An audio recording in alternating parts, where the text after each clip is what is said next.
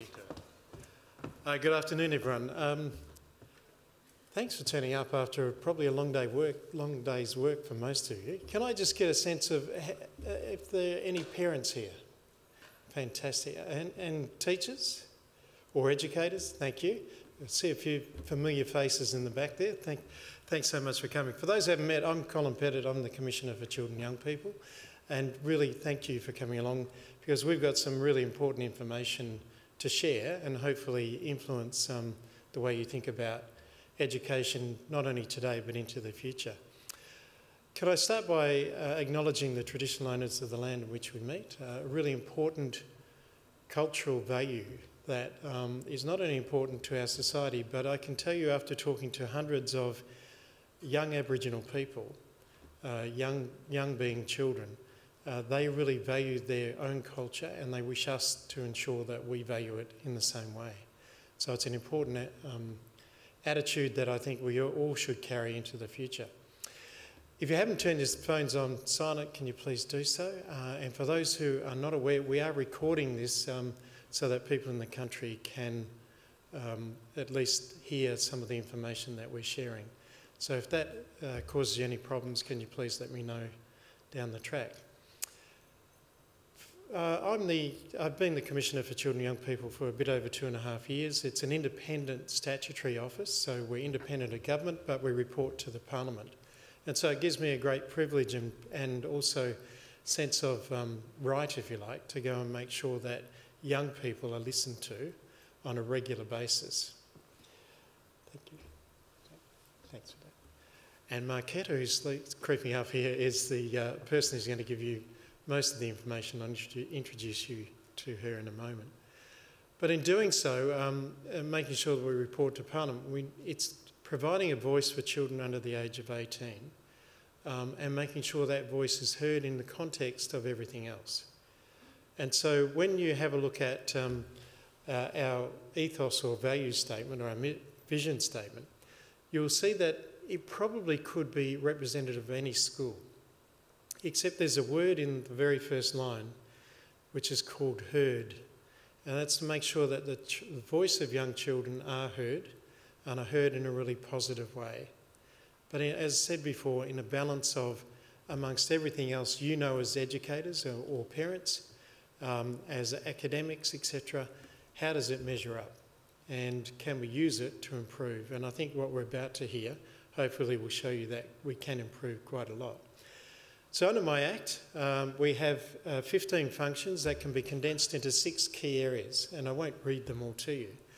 But it's important to say that we cover off those 6 areas throughout the year, and we do that by predominantly working with children and young people under the age of 18, in particular around consulting, advocating for monitoring their work, and also making sure that we inquire on their behalf. What you're going to hear today is predominantly around the consulting area, but we're using this document to actually advocate for change in education.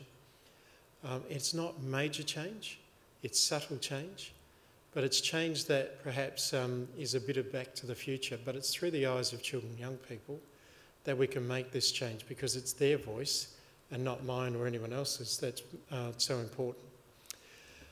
My Act is covered by the UN Rights for Children. For those of you who know this convention, it has 43 direct articles addressing the rights of every child. We've listed a few in terms of education, and we've done that deliberately because you'll see within the rights of education, the rights of the convention, that children have a right to have a voice in what affects them. And education is one of those key elements. Also under my Act, we're covered by any of the declarations that governments sign up to. And currently, as educators, for those who are educators in the room, we're covered by the Melbourne Declaration. And I wanted to raise that because while it's a great document, it's now 10 years old. But within the context of that document, it actually says every child has a right to be a partner in their learning. And we've deliberately put those at the front because as Marquetta goes through the information that we've received from children and young people, you'll see their voice is really strong on a number of issues. and it's important that those issues are listened to. Just quickly before we go on to the actual research itself, I want to put the context of who we're talking about. In Western Australia, we have nearly 590,000 young people who are birth to 18. Of those, nearly 3/4 of them are in our schools. So it's a fair chunk of them that need attention, and we are very fortunate to have them. But if you have a look at some of these stats in this particular overview, the one on your bottom right-hand corner, for those who are educators, within 40 years we'll have 93% increase in young children under the age of 18 in this state. Think about the number of schools, teachers and others we're going to need. Or do we? Or do we need to do things differently? And so with the doubling number of children and young people who are going to be in education in the next 40 years, how are we going to cope with that and what are we going to do? We could talk about this chart for a long time, but there is one other factor I'd like to bring to your attention. The two graphs at the top right-hand corner, you'll see the one on the left or the inside of the right is talking about the general population. Under the age of 17 and under, there's around about 23% of our children, 23% of our population are children. The one on the far right, though, has a bigger story to tell. That's a disc or a graph of Aboriginal children and young people in this state. Based on all of Aboriginal population, they make up nearly 40% of the Aboriginal population. So when we talk about Aboriginal children needing to learn, to lead, etc., or Aboriginal communities needing to have leadership, half of them are children. And we need to actually look at how do we address that leadership, and that's the best way we can do that is in our schools. So why did we choose this particular topic to research? We've researched a whole range of topics, but why did we choose education? Our office is 11 years old this year. We've done nearly 40 consultations across a range of subjects. In every consultation, children and young people, regardless of age, cite 3 significant things that are relevant to their life. First of all is their family, secondly their friends and community, and thirdly their school. No surprise, that makes up the bulk of their life, their immediate life. If you're an Aboriginal person, you will always cite culture as the 4th issue. But they're the 4 things that continually come up, 3 with all the population, 4 counting if you're talking about Aboriginal children. So we thought it was important, what is it that keeps kids engaged in schools? And we know that as children age throughout the process, particularly into secondary schools, we start to see drop-offs in a whole range of factors, including attendance, including making sure that they actually get through to year 12. So we were keen to say, what is it from a child's point of view, from a person who is 18 years or under, is influencing them about what engages them in their learning, and then by default, what disengages them. So we've gone off and done this consultation, and I'm going to turn to Marketa in a minute to go through the whole process. And I'll come back and walk through the findings and hopefully have time for questions. If we don't finish in time for questions, if you do have a question you'd like to ask, both Marketa and I are available after the presentation to have that conversation. Can I introduce Marketa Reeves? Marketa is one of the policy officers in the team who led the work on this particular project, and I'm going to get her to work through the entire project with you. So thanks, Marketa.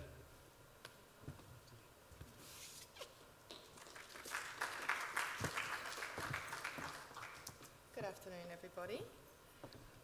Before I start with my part, I'd like to show you a video that we've recorded with one of the Commissioner's advisory committees. It was one of the 2 committees that we worked with in 2016, and they were very closely involved with the conception, the design, and later on providing feedback onto the project. So just as a little introduction.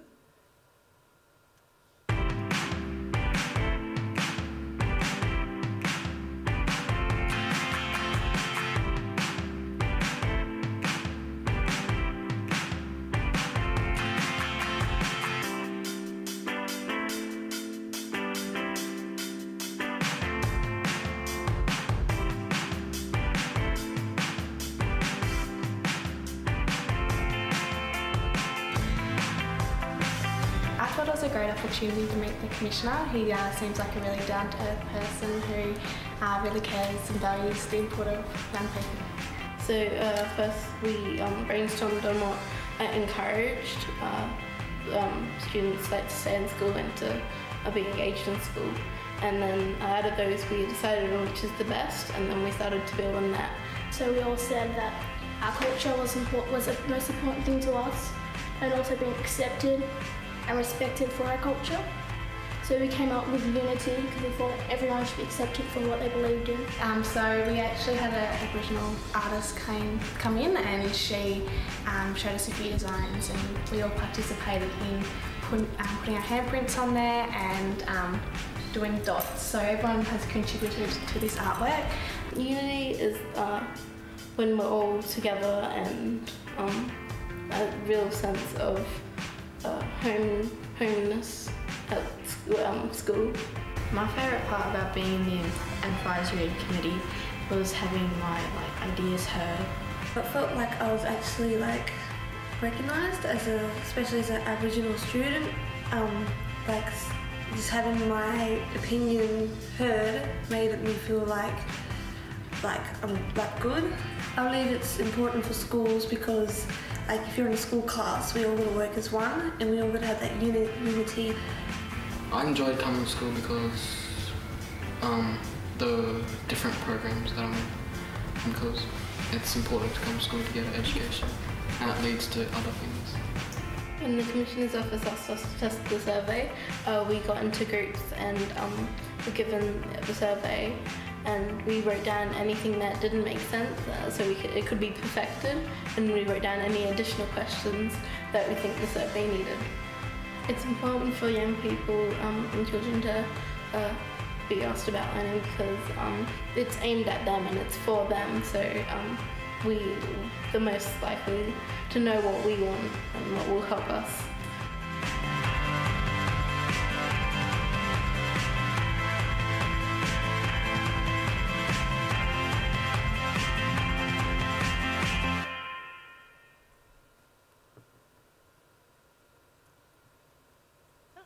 Really well.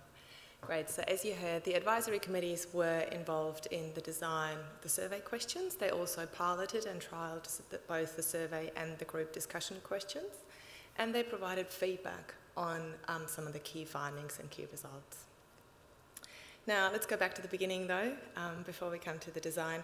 The Engagement in Education project was first conceived in 2014-15, and it was really driven by concerns that children and young people in countless consultations with the Commissioner had voiced about either themselves or their peers and their friends not having positive education experiences. As Colin mentioned, school is one of the key things that children and young people mention that matters to them, and we were really struck by the proportion of students that repeatedly mentioned that themselves or friends weren't having a positive experience. And I think then once we added this to the growing body of research about the large proportion of students, not only in Australia but worldwide, being disengaged, you look at the percentages and proportions there, anything between 10 to 40% of students being disengaged.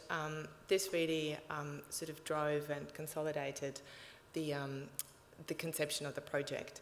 So we set out what we wanted to do was a consultation across all three sectors. So we wanted a representative sample of students from WA, from all three sectors, so that means government, Catholic and independent schools, and we wanted to involve students across the state, so all 9 regions. The key purpose was to seek students' views on the factors that support or hinder their engagements, and we were really keen to sort of find out what are the factors that really matter to students rather than looking at the factors that could be found in the existing research on engagement or in fact disengagement. So we spent 2015 designing and really conceiving the project. In 2016, term 3 and term 4, we went into field and we consulted with students.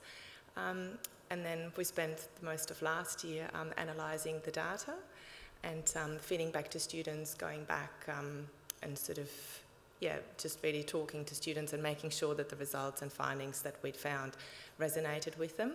And then the Commissioner published the findings and tabled them in Parliament in January this year.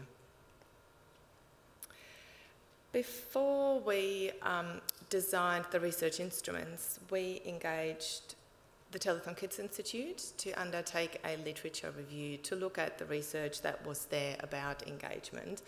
I won't go through all these factors, but really this helped us to gain a broader understanding of the factors that drive engagement or in fact cause disengagement.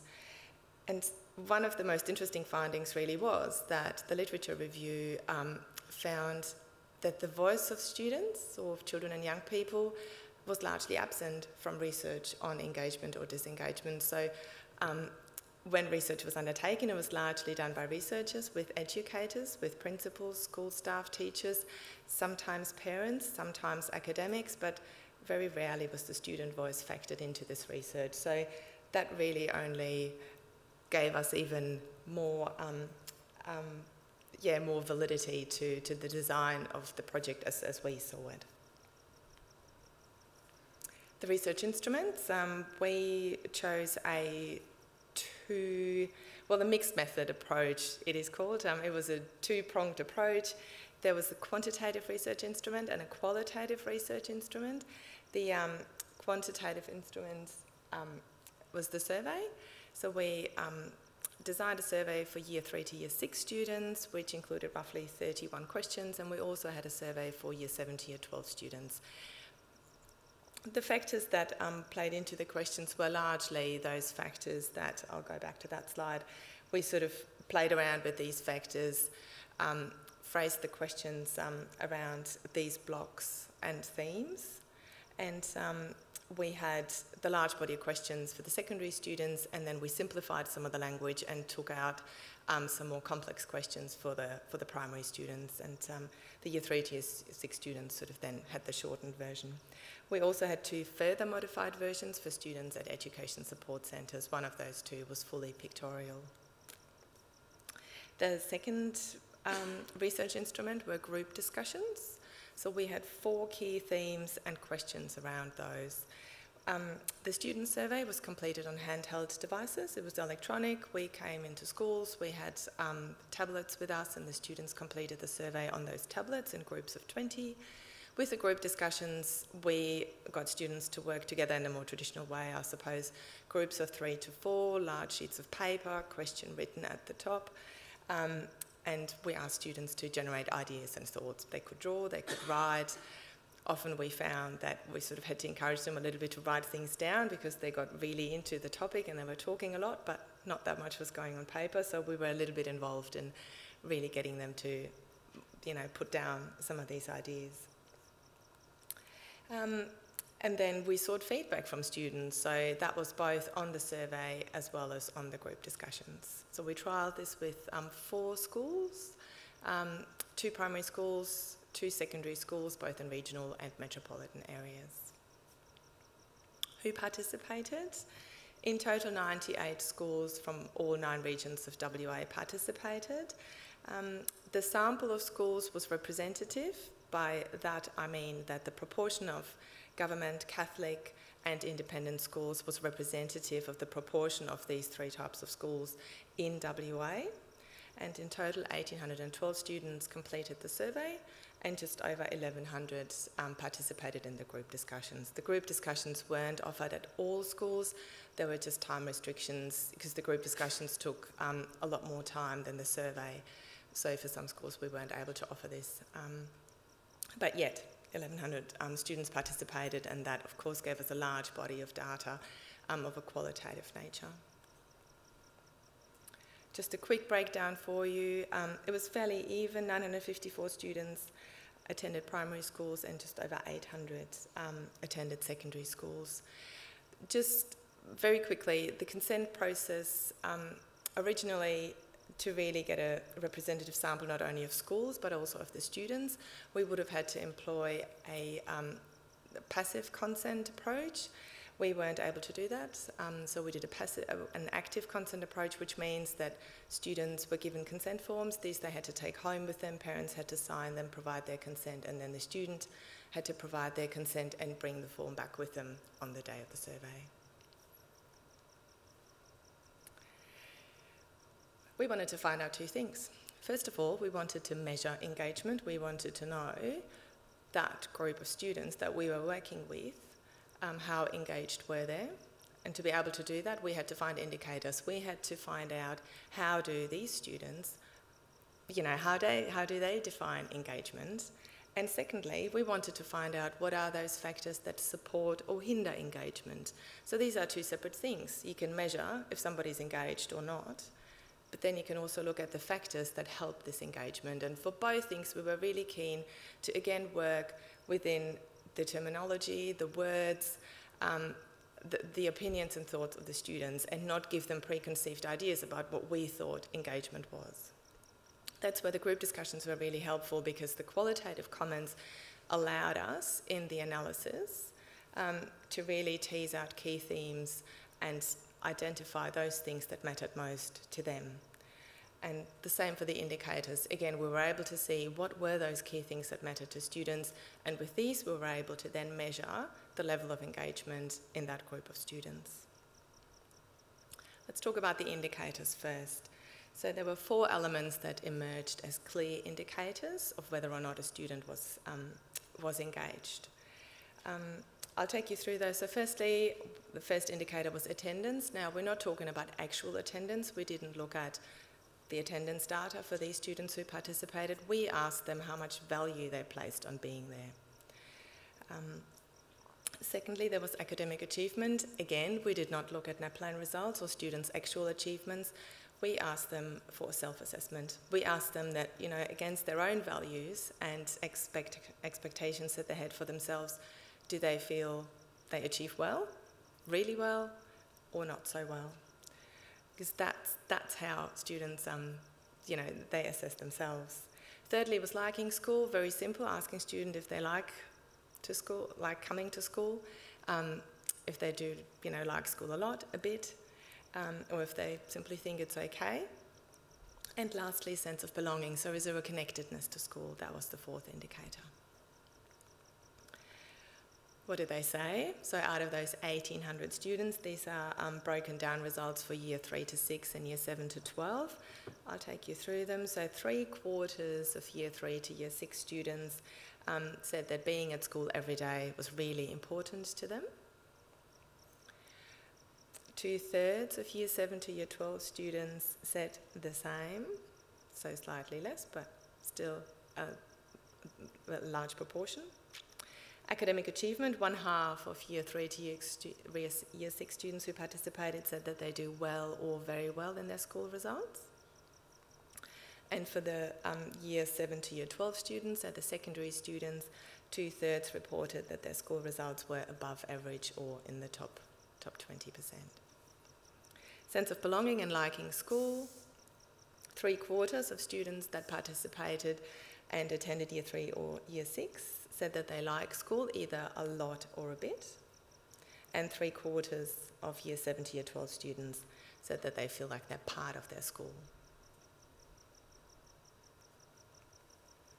In a graph, for those of you who like seeing results on a graph, it's sometimes a lot easier. We've got here the proportion of students who said that being at school every day is very important to them.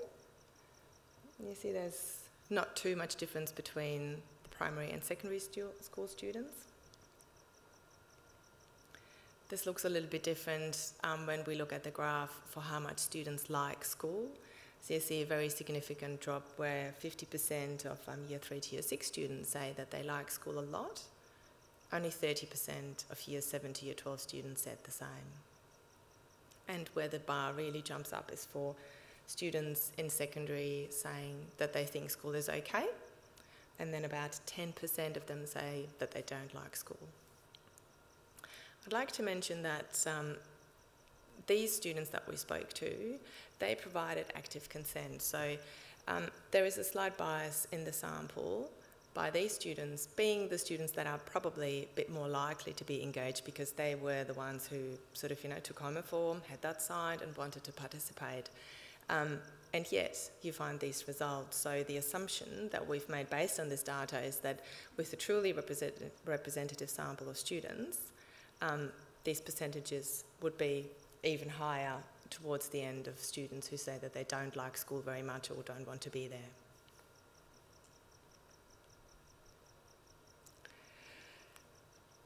Indicators are one thing. Indicators in measuring engagement are one thing. The bigger question is, however, what are those factors? What are those factors that drive engagement for students?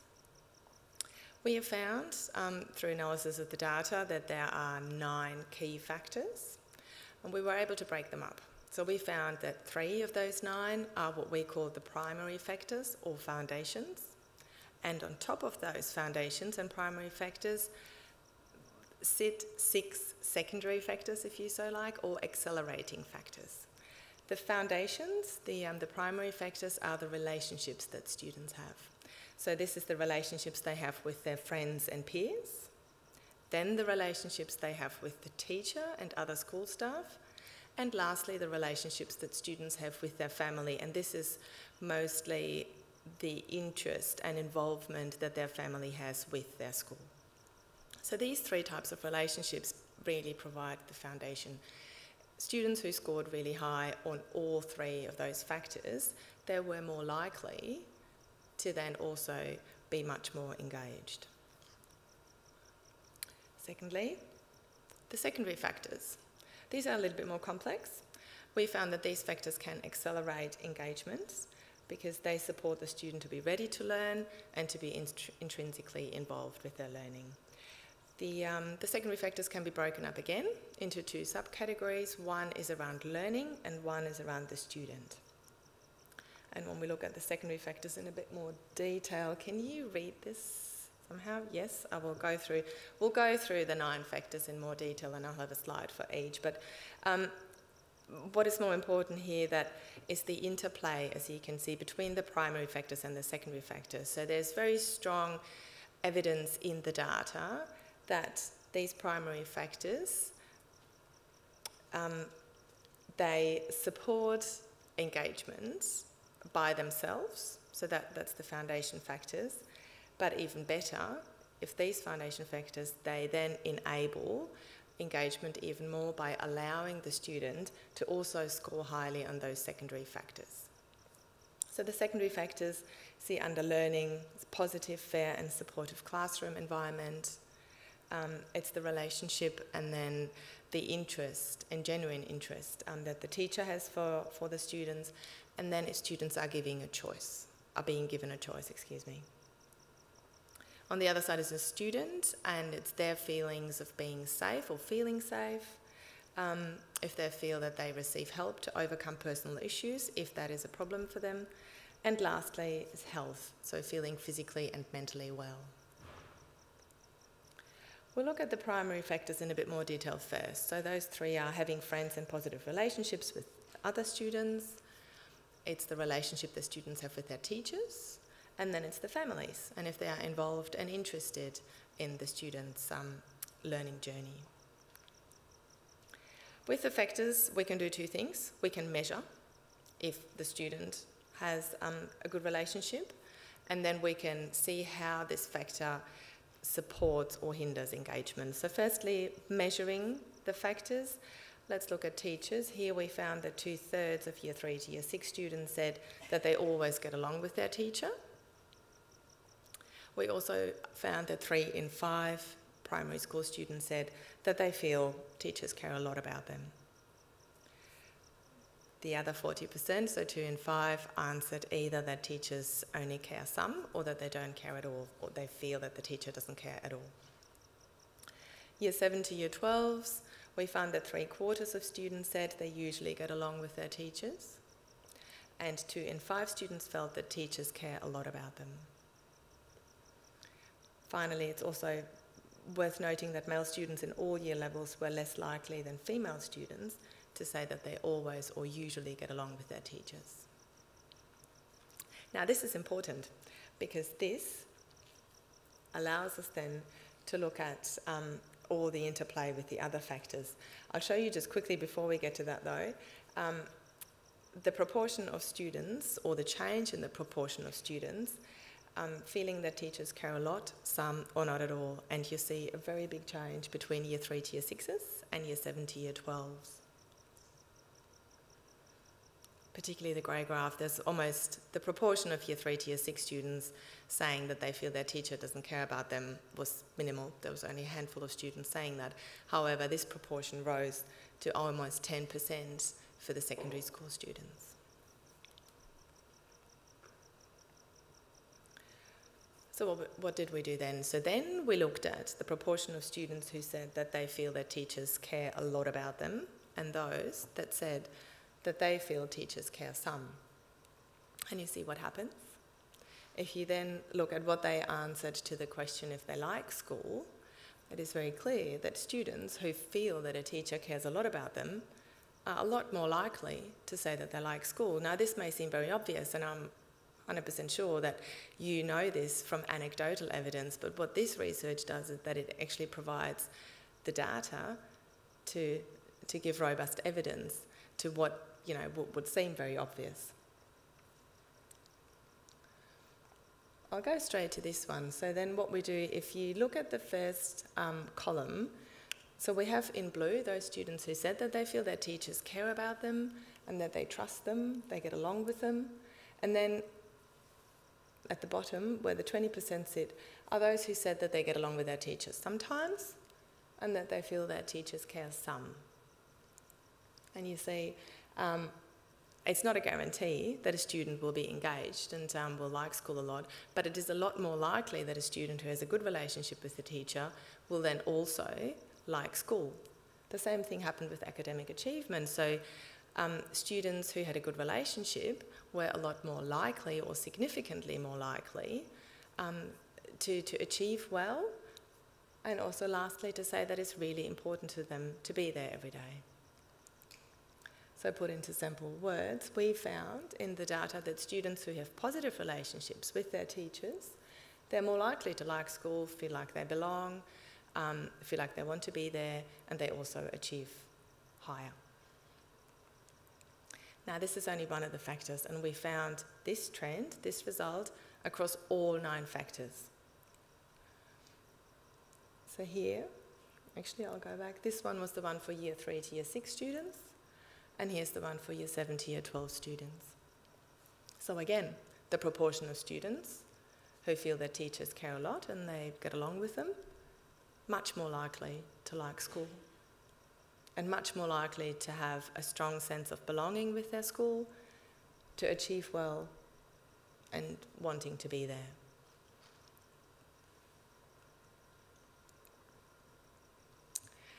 The quantitative side of the research was one part. We also had the qualitative side, and whilst the qualitative side, so all these comments from students informed, you know, the creation or the analysis of the factors, it also allows us to sort of hear from students directly. So we made sure that, particularly not only in the summary, but particularly in the technical report, we included a lot of these comments, because it gives you just a different feel and a flavour when you actually read those comments yourselves. I've put just a couple here, but really what we tried to put into the graph is supported by the comments and the evidence that students gave. I'll read them out to you. The teacher I like is very helpful, makes me feel comfortable, and helps me throughout the situation that I'm in. The teachers talk to you about other things, not just schoolwork. They include you in conversations, and they smile. And lastly, on the negative side, because if you don't get along with them, you'll get into trouble a lot.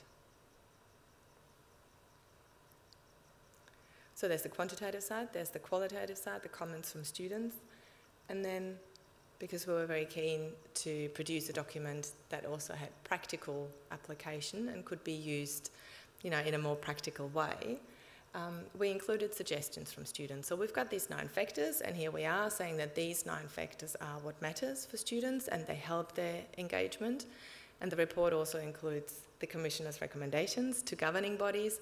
But what are some of the things that teachers, school staff can do basically without too much setup. What are some of the things that students suggested could be done to help them with these things? And they're included throughout the report. So for each one of those 9 factors, we've included the suggestions from students. I only put up a couple. One of the things, more respectful and caring school staff who show genuine interest in students and their well-being. And then examples. So there's teachers taking the time to have conversations, teachers to demonstrate mutual respect, valuing students' ideas, and so on and so forth. I'll let you finish the slide yourselves.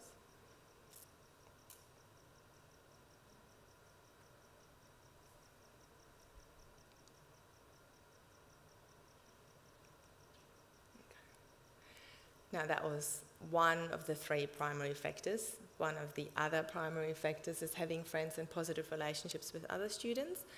Now this graph will probably start to look quite familiar to you. We've got those students who said that they get along with the students in their class usually, and the ones who said that they get along sometimes or less. And you find the same trend. The proportion of students who said that they get along with their classmates, they're much more likely to say that they like school a lot. And the ones who only get along sometimes, they're much more likely to say that school's okay, not that great, and perhaps they don't like school at all. Are we losing some of the bottom parts there? And so therefore we're able to again create the similar type of graph, and we again see the same development. Those students who get along with their classmates, usually they're more likely to score high on those engagement indicators, and the ones who don't get along with their peers as much, they're more likely to score lower. And here the same one for families.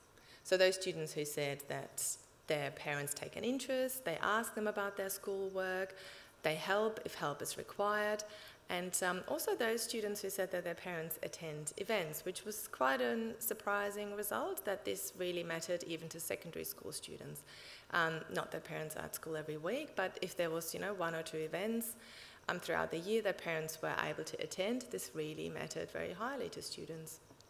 So those students who scored highly in these areas, they were again more likely to score highly on those indicators. Then the secondary factors, and not surprisingly, the trend is again the same. So for each one of those 6 factors, we found the same development. So we found that if students had positive relationships with their students, they were more likely to, for example, feel safe at school. And if they felt safe, they were more likely to be engaged. I will just do a very quick time check. Are you looking at the clock, Colin? There you go, probably. Here we've measured one of the factors again, so that's the positive, fair and supportive classroom environment. 3 in 5 students said they always get along with their teachers, and 1 in 3 students reported that they always get the help they need. For Year 7 to Year 12s, 3 in 5 students reported that teachers treat students fairly most of the time. However, 3 in 5 also reported that they have been treated unfairly by a teacher at least once in the past, so that's the past 12 months. And 1 in 2 students at secondary schools reported usually getting the help they need. So in reverse, that means that 1 in 2 said that they don't usually get the help that they need. However, getting the help that they need is very important, because if they did get the help, they're more likely to be engaged. Again, the same graph. So in orange, the proportion of students who get along with teachers sometimes, and in grey this time, the ones who get along with teachers usually. And there's a typo in the usually, I do apologise. I realise there's lots of teachers in the room, I'm sure they'll pick up on that. It should be double L. So again, the ones who get along with their teachers, much more likely to say that teachers treat students fairly, and also to say that they have never been treated unfairly. So this will now seem fairly obvious. Students who usually get along with their teachers are more likely to report that not only teachers students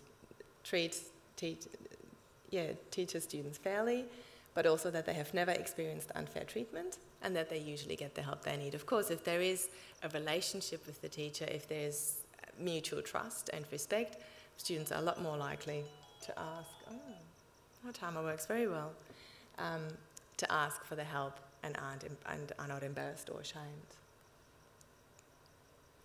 Another factor we found was the supportive classroom environment. So here we have it for Year 3 to Year 6s. Students who get the help they need always were significantly more likely to be engaged than students who said that they get help sometimes. Same for Year 7 to Year 12s. The margins of difference, not as large, but still significant. Students who get the help usually more likely to be engaged than the other group of students. A couple of quotes from students about the supportive classroom environment. We broke this up into several sub-themes. So there's one was about teacher practices, another one was support for learning, and the third one was about barriers to accessing support.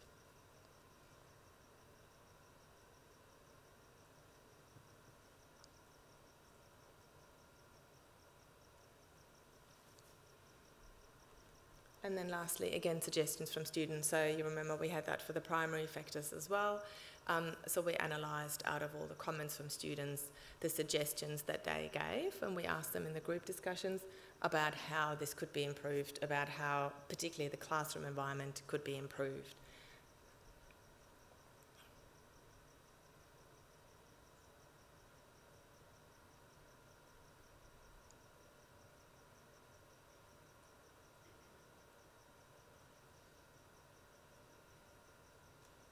So as I said, a lot of these things wouldn't, they really seem fairly practical, and I guess some of you could go into your classrooms tomorrow and sit with your students and see if any of these strategies resonate with them, or to identify the factors that matter to your students and then look at some practical solutions that could be put in place in the classroom without too much planning.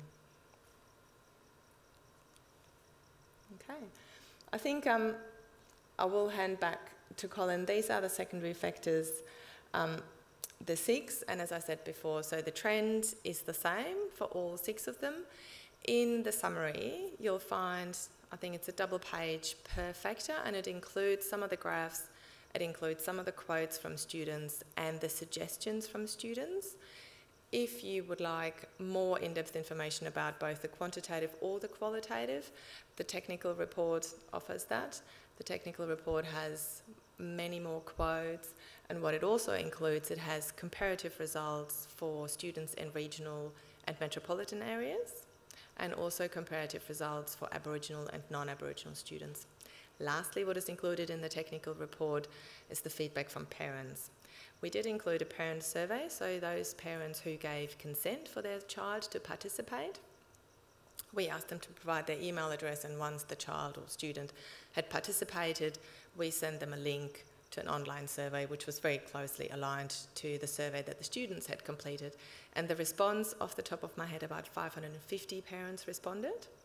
I will say that again, these parents were probably the ones who would be described as the more engaged and more involved parents. Nevertheless, the information that they provided is really, really valuable, so I would encourage you to go into the technical report and look at some of the parents' comments and data as well. And with that, I will flick through the last ones and go to the findings. Yes. Did you want to say anything else about the framework? It's all good. No, thanks. There you go. Thank you very much. Thanks, Marketta. Thanks, Marketta. You've just had a technical report of about 350 pages in 28 minutes. So if you haven't got all of it, don't be surprised, and we'd urge you to go and have a look at the technical report. For teachers in the room, I've spoken to a number of teachers who have read that report. We've tried to, the reason it's 350 pages is we've tried to stay true to the words of all the children and young people we spoke to, and there are thousands of quotes, and we've put as many of the quotes as possible, good and bad, and the good ones will make you smile and bring back those memories that you want in your classroom, and some of the others will probably make you cry, and certainly we've heard that from a number of teachers. So please, I'd urge you to go and have a look. Also, for educators in the room, Marketa touched on it, the summary report you have, it was deliberately written so that you can use it in your schools now, not have to wait for a system or department or anyone else to say, how can you bring about change? You can bring about change in your school tomorrow. If you have a look at each chapter and around the 9 factors that Marketa outlined, if you go through them, there is a statement about what the factor is. There's some information there from the report in terms of quotes. There's also some data. But then, as Marketa says, there are some suggestions from young people, and I'd challenge the educators in the room at a staff meeting to say, around relationships, let's have a look at what the young people around WA suggested we could do to change our school. Do you do it in your school? And if you don't, why not? And if you do you do it well enough? And the next question is, have you asked the kids? And you can bring about significant change without having to wait. But we do want to talk about the findings because we are seeing already systems and others having a look at these findings and making some significant changes. There are 7 findings, of which there are 14 recommendations. I won't go through the recommendations this evening. We don't really have that much time. But I will do the findings and touch on the odd recommendation. The first one is about the voice of children and young people. Every school, for parents in the room, you may not know, there is a thing called NSOS, which is the National Survey of Schools. It's mandated in every school in Australia since 2014 to be run every 2 years. There are 3 sections to the survey. There's a student section, a staff section and a parent section. It's clunky. Every state has signed up to it. Schools get back 3 different reports. They have to then work to find out what it means. We think with a little bit of technology, easy technology, that should be done for the schools and sent back so that they can get good data, trendline data, and then interpret that. But more importantly, we think that NSOS data is so valuable, the state could, if it wanted to, actually summarise from every school who's done the report every year and report it in their annual report. And that would give the voice of children and young people about how they feel about their learning, their school, their teachers, their families, because many of the questions we used are actually in the NSOS report. So that was one of the findings. Can I just say the Education Department has been very, very responsive to that finding and working with us and also nationally to have a look at how they can improve. The second one is around Aboriginal students, and I'm always hesitant to talk about Aboriginal students as a block because there is not one answer to Aboriginal students. There are many, and educators have done a fantastic job over the last 10 years. We have record numbers of young people who are Aboriginal finishing Year 12. And that's happened for the last 2 or 3 years, and that's a credit to people in this room as much as anything else. But we do also have large numbers of Aboriginal children who are struggling, and when we talk to them, they talk about their cultural awareness into their learning, and so we think the cultural framework that the department has should be put across all schools, and schools should be working in place, when I say in place, in their school community, to see what cultural needs are needed in that particular community, not have a one size fits all. So that's what that recommendation is. The third one is around relationships. Now, Marketa touched on it, and you would have seen one of the slides. What stuck out to me as a former educator and as a commissioner and talking to lots and lots of young people, you know, when they feel safe is when they trust people and their relationships are good. We spend a lot of money on trying to build safety in our schools around bullying programs, etc., which are all very important. But it's interesting what young people say when they talk about they have positive relationships with their teachers, with their families and their peers. They don't talk about bullying, they talk about how safe and how comfortable they are in their school. So maybe we should be looking at how do we build relationships across our schools. It doesn't mean we should stop running bullying programs. That's really important. But maybe we could reduce the impact of bullying in a range of our communities if we worked on relationships. Can I say Murdoch University has been the first to jump at this and are now conducting interviews about how do you build relationships with their pre-service teachers. A first for this state, and we're trying to work with other universities to make that happen. The fourth one, parents and guardians need to take a stronger role in this. As I've said often, I've had 3 children of my own, 2 boys who've been through high school. I asked every day, what did you do at school? How was it? And I got the usual grunt. And I've asked one of my boys who's now 30 and said, what did you think when I was asking that? And said, it didn't matter to me as long as I knew you cared. We didn't want to tell you anything, we just wanted to know. And parents need to know they have a real role in supporting their children. And what they do is very important day in and day out. And we need to make sure that parents understand that. And we've got some parenting information coming with support of all 3 sectors of education. The next one, the stimulating environment. Not surprising, they need a stimulating environment. That is not necessarily a picture on the wall. But young people are telling us they want an interactive teacher. They want to be able to make sure they talk with and at their teacher and have that come backwards to them so that they feel part of the class. It's their whole environment, their classroom that they're talking about. Safety was really important. And we've done a lot of work on child safe organisations as a result of the Royal Commission handing down its work in the last 2 or 3 years. Safety in schools is still a topical area, and large numbers of our children and young people already say they still don't feel safe in school. A lot of that can be handed down to poor relationships, but not all. And so when we did the consultation through Marketta's work, we actually tested this with TKI and others, and you would have seen the headline that 50,000, any one day, 50,000 of our children, irrespective of which sector they come from, have some fear about going to school. The challenge I give you, if you were afraid to go to Northbridge tonight, would you go? And if you have that measure for yourself, why would we expect our young people to think going to school is important if they fear at some point they're going to be unsafe in that school? How do we make that safer? Starting with relationships is one step, but it is only one step. And the last finding that we had, we were a little bit concerned about this, and I know some of the educators in the room won't be, but we had a significant number of children and young people self-identified that they either had a learning difficulty or a disability that was not recognised by the school, or more importantly, by their parents. And that indicated to them that they weren't getting the support they needed in their school or in their classroom.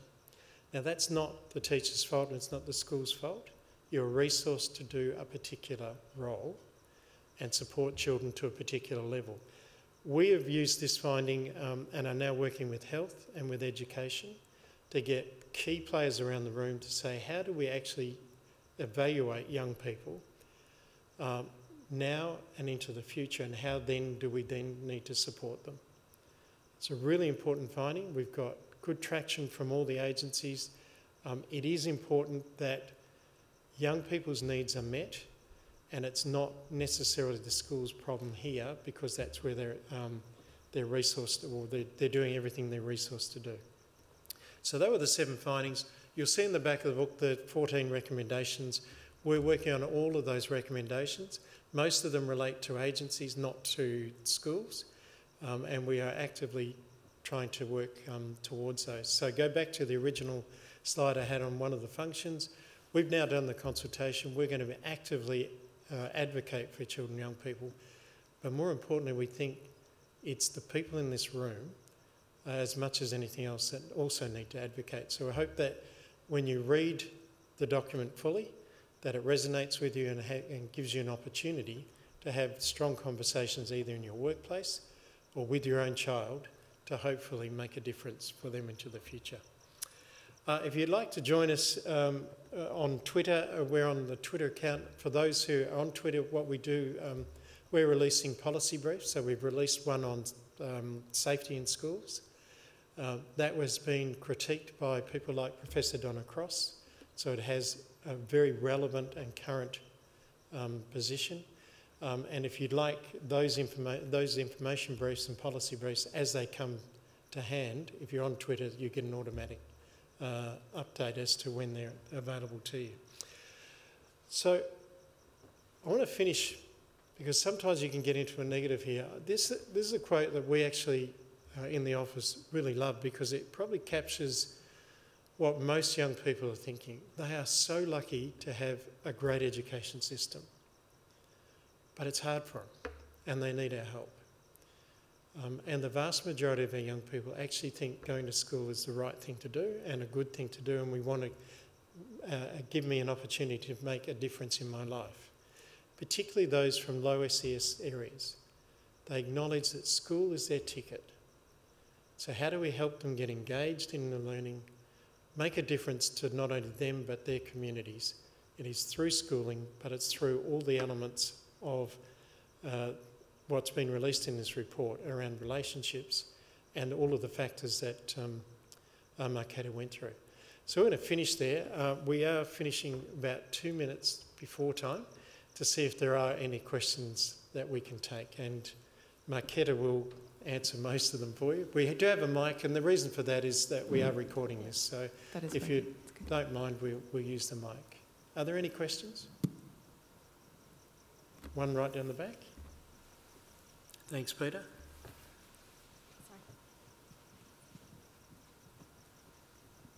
Thank you. You'd be surprised that I'm asking a question, Colin. No, I'm not. Given the demographic of staff in our schools across the state, what is the student voice on the impact of male and female teachers and the impact of age of teachers? Do you want to? So we didn't do research with any of the teachers. Sorry, I'm not quite sure, Peter, that I got your question.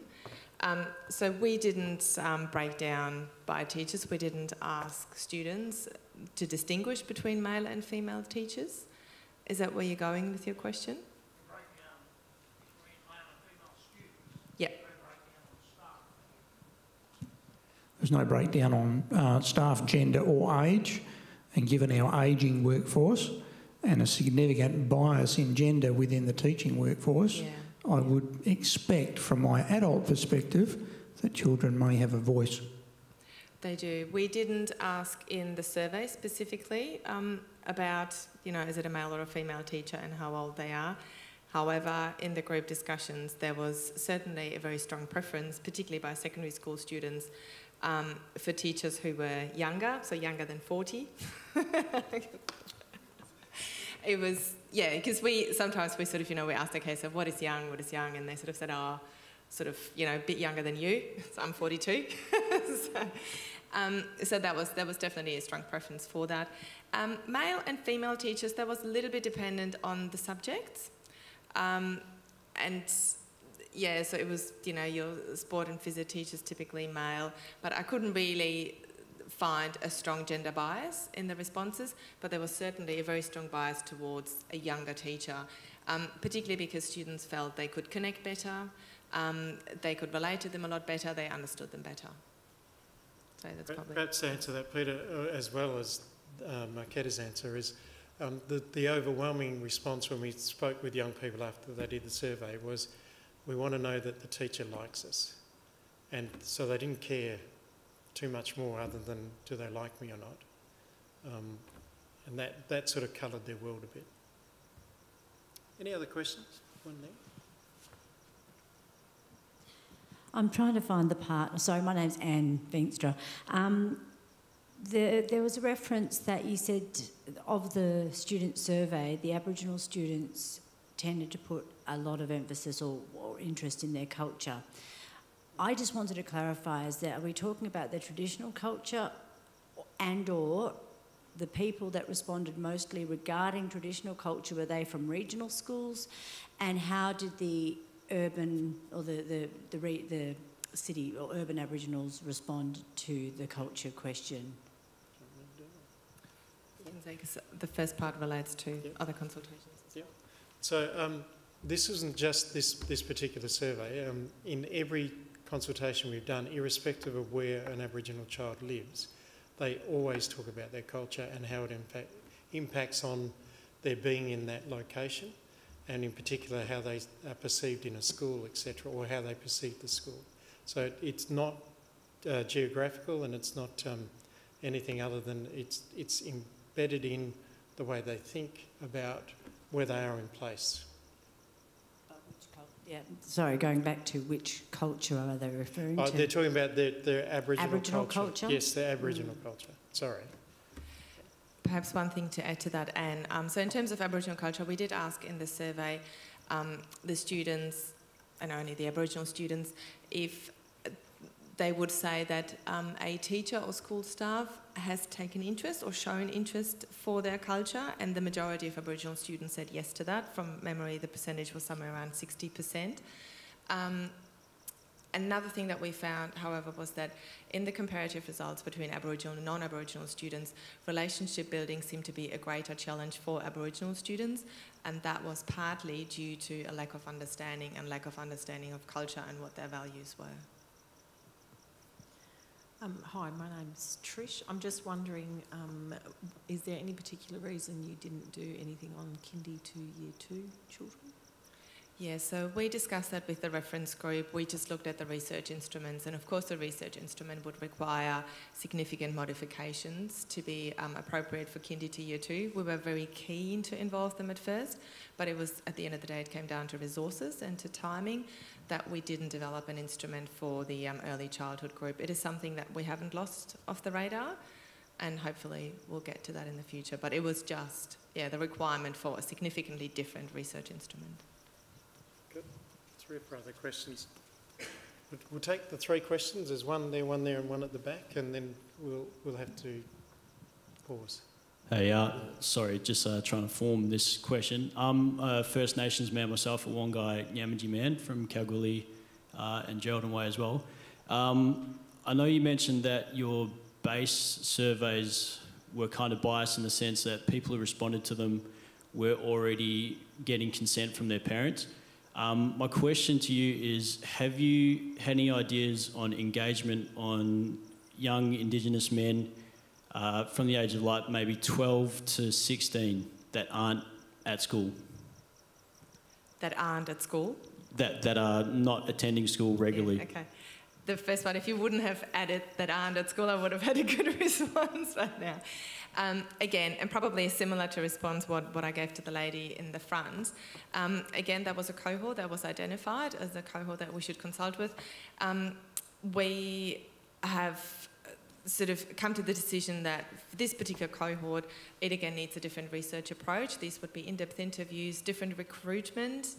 The questions, not necessarily different, but the form of engagement and the way of engaging would be different. Interestingly, in some of the remote areas, when we travelled there, the school principals, some of them had an excellent rapport with their community, and they suggested ways, very creative ways, of getting in touch with these particular students. So again, that is something that is still on the radar, wasn't included in this part of research, but certainly a group that we'd like to speak to. Thanks very much for the presentation. It's really interesting. There's a strong correlation between what these findings are in regards to engagement at a student level as there are in the workplace. What we see engages people in the workplace. One sort of difference that I can see here is that there's no commentary, or not in this report here, around resources. So one of the things in a workplace is that people have access to the resources, the tools and resources available to help them do a good job. Obviously there's funding conversations that take place at an education level as well. I wondered whether the students said anything, or whether there's anything in the more technical report along the lines of their access to the resources they feel they need to be successful. Yes, students certainly identified a lack of resources when it came to school environment, often also to safety, what would make the environment safer. It was things they identified that should be provided. So in a first step, I think it would be up to each individual school to identify what those requirements are and to really speak to the students about this. They had very strong opinions and views on this and seemed to know very well what was lacking or what was missing. And then, you know, for the school to sort of formalise that, I guess, and look at what those resources are that will be required, and if perhaps, you know, things could be shifted from one area to another, where perhaps students felt that something was really well resourced, but they would actually need money here. One last question here. Thanks, Colin. Diana McTiernan from the Equal Opportunity Commission, and I commend your report and the great research you do, and to have that consultation with people, young people and children. I just was interested also whether you're, in the demographics, you were able to reach and identify children from new and emerging communities, and whether there was anything quite discernible in terms of their levels of engagement, or how they found that. Yes, there were. So we had a fairly representative sample of students. I think in terms of comparative results, the comparison between students in remote or regional areas with metropolitan areas, and then Aboriginal and non-Aboriginal students, one of the things identified, particularly by Aboriginal students, I already mentioned personship building was a challenge. Health, and particularly mental health, was a big issue. And thirdly, access or help with personal problems, if that was required. Probably the three key things. Okay. Do you want to add? No, that's good. Look, thanks so much for the questions. We could probably go on forever. I'm happy to stay for a little bit for anyone who wishes to ask a question. But can I thank you again for your time? I really appreciate the fact that you've made the effort, which means you obviously know the value of investing in our children, and they are our future, and we've got to get it right to help them. This report, I think, is groundbreaking. And what's interesting, my colleague in New Zealand has seen this report, went out and did, because we've been working closely, went out and did a very similar but used completely different questions, wrote a report independently of our report, and it's almost verbatim. And if you ever get on the New Zealand Commissioner for Children's website, you'll see that report was only released last week, and it is almost verbatim to this report. Completely independent. It's what young people are saying about their education needs to be listened to. So thank you very much for your time. Really appreciate it, and safe journey home. Thank you.